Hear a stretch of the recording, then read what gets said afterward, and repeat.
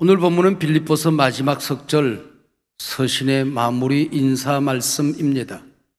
21절과 22절 두 절 아래 무난하다라는 단어가 세 번씩이나 반복적으로 등장합니다. 무난이라고 하는 이 말은 축복을 전하는 인사를 의미합니다. 문안은 성도가 서로 교통하는 아름다운 교제이지요. 사도신경을 우리가 고백하게 될 때에 성도가 서로 교통하는 것과 그렇게 우리는 고백을 합니다.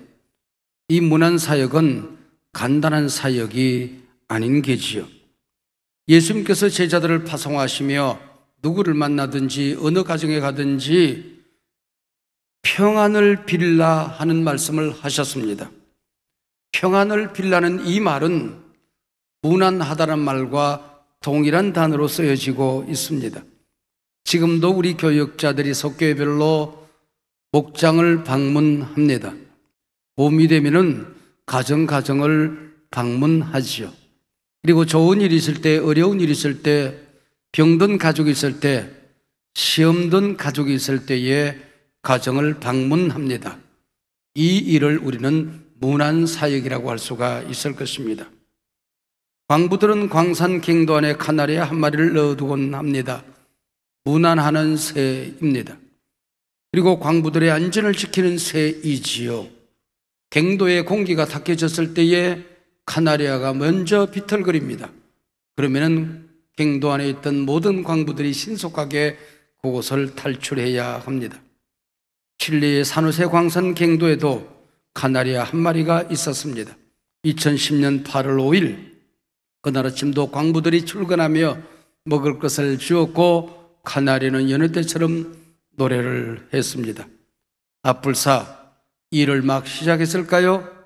천지가 무너지는 소리를 하며 갱도가 무너져 내렸습니다. 33명의 광부들이 지하 622m에 매몰되어집니다. 지하 매몰 사상 최고의 깊이 안에 갇히게 된 것입니다. 카나리아의 소리도 문안도 멈추어지고 광부들은 두려움에 빠져들고 있었습니다. 서로를 경계하고 치고받는 싸움까지 벌어집니다. 이때 루이스 우르소아라는 사람이 카나리아를 대신해서 문안하기 시작했습니다. 아침마다 수시로 사람들을 돌아보며 반드시 잘 될 것입니다. 희망의 끈을 놓지 마십시다. 용기를 내십시다. 광부들은 그때부터 서로가 서로에게 문안하기 시작했습니다. 용기와 격려와 축복을 나누고 있었습니다. 그러던 어느 날 밖에서 문안 인사가 들려옵니다. 모두 살아있습니까? 모두 건강하십니까? 힘을 내십시오. 우리 정부와 국민들은 여러분 한 분 한 분을 위해서 기도하고 있습니다. 여러분의 구출 계획은 반드시 성공할 것입니다. 잠시만 기다려 주십시오. 무려 69일 33명의 모든 광부가 구출되어졌습니다. 그날에 칠레의 모든 언론들은 한결같이 갱 속의 지도자 우르소아의 문안 인사 한마디가 이 기적을 낳았다라고 기술했습니다. 우르소아 그의 문안이 기적을 만들었다는 것입니다. 오늘 보면 누가 누구에게 문안하라고 되어 있습니까? 성도가 성도에게입니다. 여기 성도는 세인트 성자입니다. 단수입니다. 판타하기온. 문안이라는 이 말은 너무나도 소중해서 두루뭉실하게 모든 사람들에게 인사하는 것이 아니고 한 사람 한 사람의 형편과 처지를 따라서 축복을 전하는 인사를 문안이라고 합니다. 성도라는 이 말은 대단히 존귀한 말입니다. 성도라고 하는 이 말은 하나님께서 세상에서 당신의 백성, 당신의 자녀 삼으시기 위하여 불론에 거룩하게 구별했다는 뜻입니다. 구별했다고 하니까 얼굴이 새롭게 예뻐진 것입니까? 키가 커진 것입니까? 갑자기 건강이 좋아졌습니까? 사회적인 신분이 달라졌습니까? 아무것도 달라진 것은 없습니다. 그러나 하나님이 불론에 당신의 자녀 삼으셨다는 이 한 가지 사실 때문에 우리는 구별된 사람, 성도가 된 것입니다. 시편 16편 3절에 보면은 땅에 있는 성도는 정귀한 자니 그랬습니다. 하나님이 내가 나 자신을 보더라도 못마땅한 구석뿐인데 나를 존귀하다 말씀하셨으니 나도 나를 존귀하게 여기는 것입니다. 내 곁에 있는 사람들, 내가 사랑하는 사람들, 내가 섬기는 사람들, 어쩌다가 이런 사람들이 내 곁에 있을까? 못마땅할 때가 너무나도 많이 있지만은 하나님께서 존귀하다 말씀하셨으니 나도 존귀하게 대하는 것입니다. 내 느낌과 상관없습니다. 그들의 형편 처지와 상관없습니다. 하나님이 존귀하다 말씀하셨으니 나도 존귀하게 그들을 사랑하고 대하는 것입니다. 본래 문화는 자식이 부모에게, 하인이 주인에게, 신하가 왕에게 드리는 인사입니다. 그러나 성도의 문화는 모두가 형제임을 기억하고 형제가 형제에게 인사하고 축복하는 것을 말합니다. 할아버지도 하나님을 아버지라고 부릅니다. 그리고 내 아이들도 하나님을 아버지라고 부릅니다. 손주도 하나님을 아버지라고 부릅니다. 세상으로 보면 적바가 조금 이상하죠? 그래도 우리는 형제로서 서로를 사랑하는 것입니다. 여러분, 이 세상 살아가면 서열이 정해집니다. 그러나 서열이 없는 곳이 교회요 가정입니다. 교회는 맡은 일에 직분이 있을 뿐입니다. 서열이 없습니다. 여러분, 가정 안에 들어가면 서열이 없습니다. 높은 자가 낮아지고 낮은 자가 높아지고, 여러분 밖에서는 사장 대통령이라고 불려줘도 집 안에 들어오면 작은 자로 섬기는 것입니다. 제가 밖에서 다닐 때는 누구도 제게 하대하지 않습니다. 근데 딱 한 사람 제게 하대하는 어르신이 계십니다. 우리 집에 들어오면 유세움 어르신이십니다. 할아버지 이리 와, 할아버지 여기 앉아, 할아버지 그림 그려, 온갖 명령을 다 합니다. 그래서 제가 한 번은 세움아, 그래도 할아버지가 밖에 나간 총회장님인데 이리 와 저리 와 그러면 되겠니? 총회장 할아버지 이리 와. 여러분, 제가 밖에서 무슨 일을 하든지 집에 들어가면 우리 손주의 친구로서 살아가게 되는 겁니다. 이게 가정이라고 하는 것이지요. 교회 어르신들, 선생님들, 장로님들, 가족 공동체 교회 안에서 어린이들, 새신자들, 젊은이들을 잘 높여서 문안하시라는 겁니다. 여러분, 우리 교회 청년들 보면 때로는 복장이 마음에 안 들 때도 있지요. 우리가 젊을 때도 우리 어르신들이 그랬을 거예요. 여러분, 요즘 젊은이들 교회 올 때도 배꼽을 드러내는 청년들도 있다고 그래요. 네. 너 왜 그렇게 복장을 그렇게 배꼽을 드러내고 다니냐고 그랬더니 하나님은 중심을 보시기 때문에 중심을 밝히 드러냅니다. 그러더랍니다. 요즘 청년들 보면은 귤을 많이 먹어서 그런지 머리가 노래졌어요. 비트를 먹어서 그런지 머리가 빨개진 아이들도 있어요. 얼마나 이뻐요? 네 머리 곱게 물들었다 칭찬하면 얼마나 아름답습니까? 여러분, 그들의 세상이 그들의 나름대로의 문화가 있는 거지요. 오늘 본문에 보면 특별한 사람들이 나옵니다. 가이사집 사람들입니다. 사도 바울은 로마에 복음을 전하기를 원했으나 도무지 길이 열리지 않았습니다. 그런 가운데 사도 바울이 로마 황궁 감옥에 갇히게 됩니다. 그랬더니 왕을 지키는 시위대 사람들이 사도 바울을 지키는 겁니다. 그들에게 복음을 전했더니 은밀한 신자들이 나오기 시작한 것입니다. 베스도 총독에게로, 아그리빠 왕에게로, 가이사에게로 끌려다니면서 사도 바울이 재판을 받습니다. 그때마다 자기의 신변을 지키기 위하여 서명의 기회가 주어질 때마다 주 예수 그리스도를 증거하기 시작했습니다. 이 단순한 복음을 믿고 주님 앞으로 돌아오는 황실 사람들이 있었습니다. 바로 이 사람들이 가이사집 사람들입니다. 여러분들 가운데서 신앙생활하기가 만만치 않은 환경 속에서 예수를 믿는 사람들, 여러분 한 분 한 분이 가이사집 사람들입니다. 명절에 방문했습니다. 예수 믿는 나는 고난과 시련과 여러 가지 고통을 겪습니다. 건강도 변변치 않습니다. 근데 교회 안 다니는 동생은 세상에서 잘 나갑니다. 그 자식들까지 잘 나갑니다. 그들에게 복음을 전할 때마다 내 얼굴이 뜨거워집니다. 형님이나 잘 믿으세요. 나는 그러지 않아도 잘 삽니다. 형님이 예수 믿고 나보다 잘 된 게 뭐 있어요? 복음을 전할 때마다 벽에 부딪혀 돌아옵니다. 그들이 가이사집 사람들입니다. 그들에게 특별히 무난하고 복음을 잘 전하라고 하는 것입니다. 그들이 선택된 백성이면 언젠가는 돌아올 줄로 믿습니다. 명절이 있는 이유는, 가족들이 만나는 이유는 이 가이사집 사람들에게 복음을 전하는 기회를 가지라고 하는 것입니다. 사도 바울이 감옥에 갇힘으로 말미암아 로마에 복음을 전하는 진전 공병대가 길을 닦아놓듯이 이 명절이 오히려 진전의 기회가 되어져서 여러분의 가정이 복음화되어지는 그날이 언젠가는 올 줄로 믿습니다. 어떤 중소도시에 전도를 잘하는 집사님이 계셔서 술집 사장이 교회 나왔대요. 유명한 술집이랍니다. 그러면서 전도한 집사님에게 그러더랍니다. 교회 왔더니 우리 집 고객들이 꽤 됩니다. 그러더랍니다. 그래서 어떤 분에게 인사를 드렸더니 화들짝 놀라며 외상 술값까지 내어놓더랍니다. 여러분, 가이사집 사람들이 교회에 올 때가 얼마나 많이 있습니까?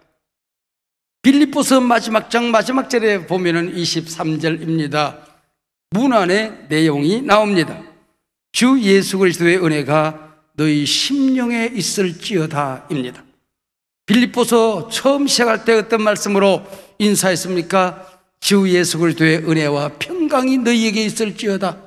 은혜로 시작한 빌립보서 마지막에 갈무리하며 주 예수의 은혜가 너희에게 있을지어다. 이 빌립보서 말씀이 기쁨을 주제로 어떤 상황 속에서, 어떤 어려움이 있어도, 어떤 고난과 내가 이해가 안 되는, 용납이 안 되지는 삶의 환경 속에서도 내가 기뻐할 수 있는 이유는 내가 은혜 받은 존재이기 때문입니다. 그런 점에서 빌립보서는 기쁨의 서신이기 이전에 은혜의 서신이었던 것이죠. 강도도 은혜를 입으면 나군에 가게 됩니다.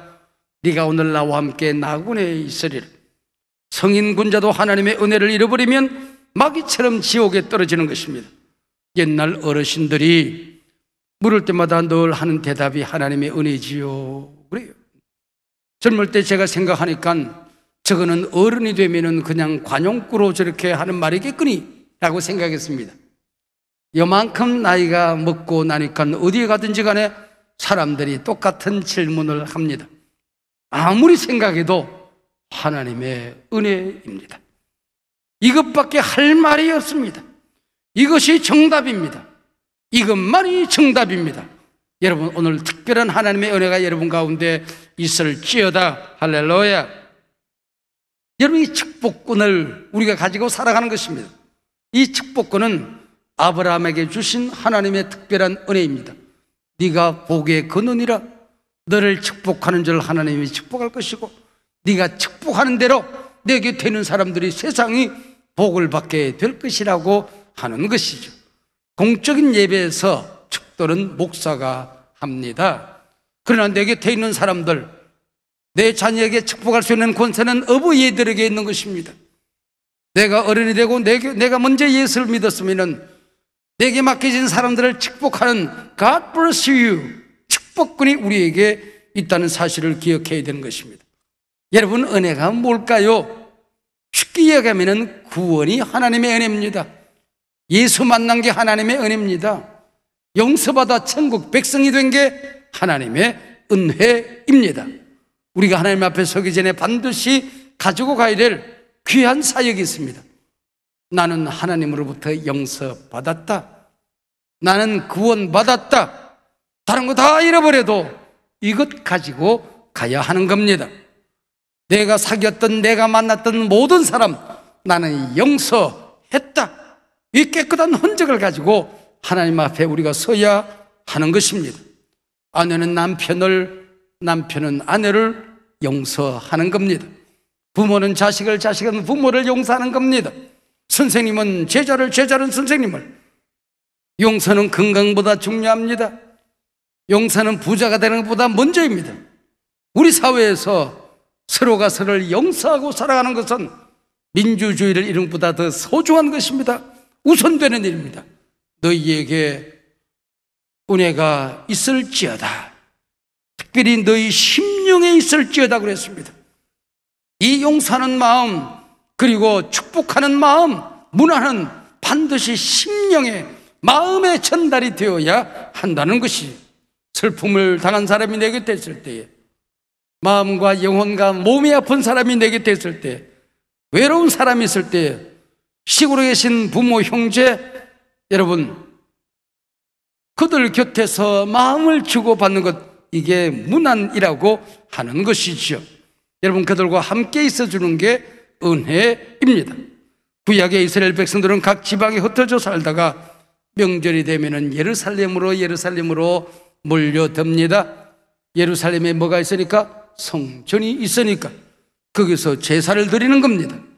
이스라엘 백성들, 구약의 선민들의 명절은 제사 중심 예루살렘으로 모이는 명절이었습니다.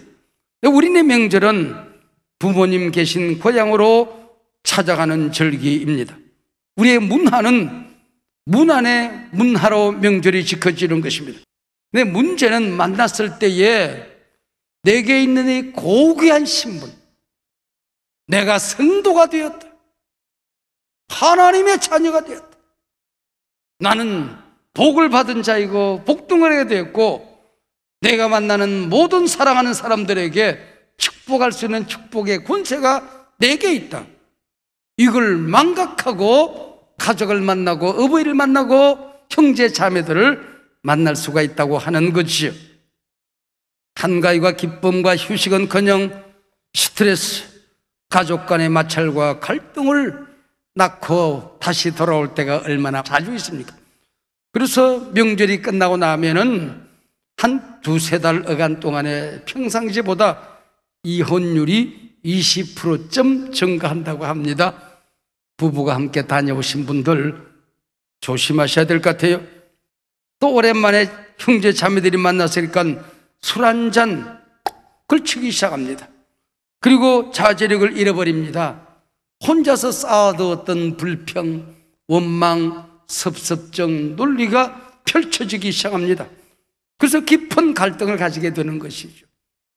형님이 잘 산다고 그러더니, 누나가 잘 산다고 그러더니, 동생이 성공했다고 그러더니 우리에게 봉투 하나씩 돌릴 줄 알았는데 그냥 재봉틀로 주머니 받고 돌아갑니다. 섭섭증이 생기는 거죠. 너도 나도 내가 섬길 준비를 해야지, 내가 무난할 준비를 해야지. 인간은 언제나 자기 자신이 무난받기를, 이해받기를, 사랑받기를, 봉투받기를 기대하다가 갈등을 겪게 되는 것입니다. 소중하고 가까운 사람일수록 특별히 소중한 말을 해야 하는 것입니다. 해서는 안 된 말, 해서는 안 되는 겁니다. 생각나는 대로 말하는 게 아닙니다. 감정이 끌어오는 대로 말하는 게 아닙니다. 자기가 입에서 터져나온 대로 쏟아내는 게 말이 아닙니다. 그거는 미개인들이나 하는 거죠.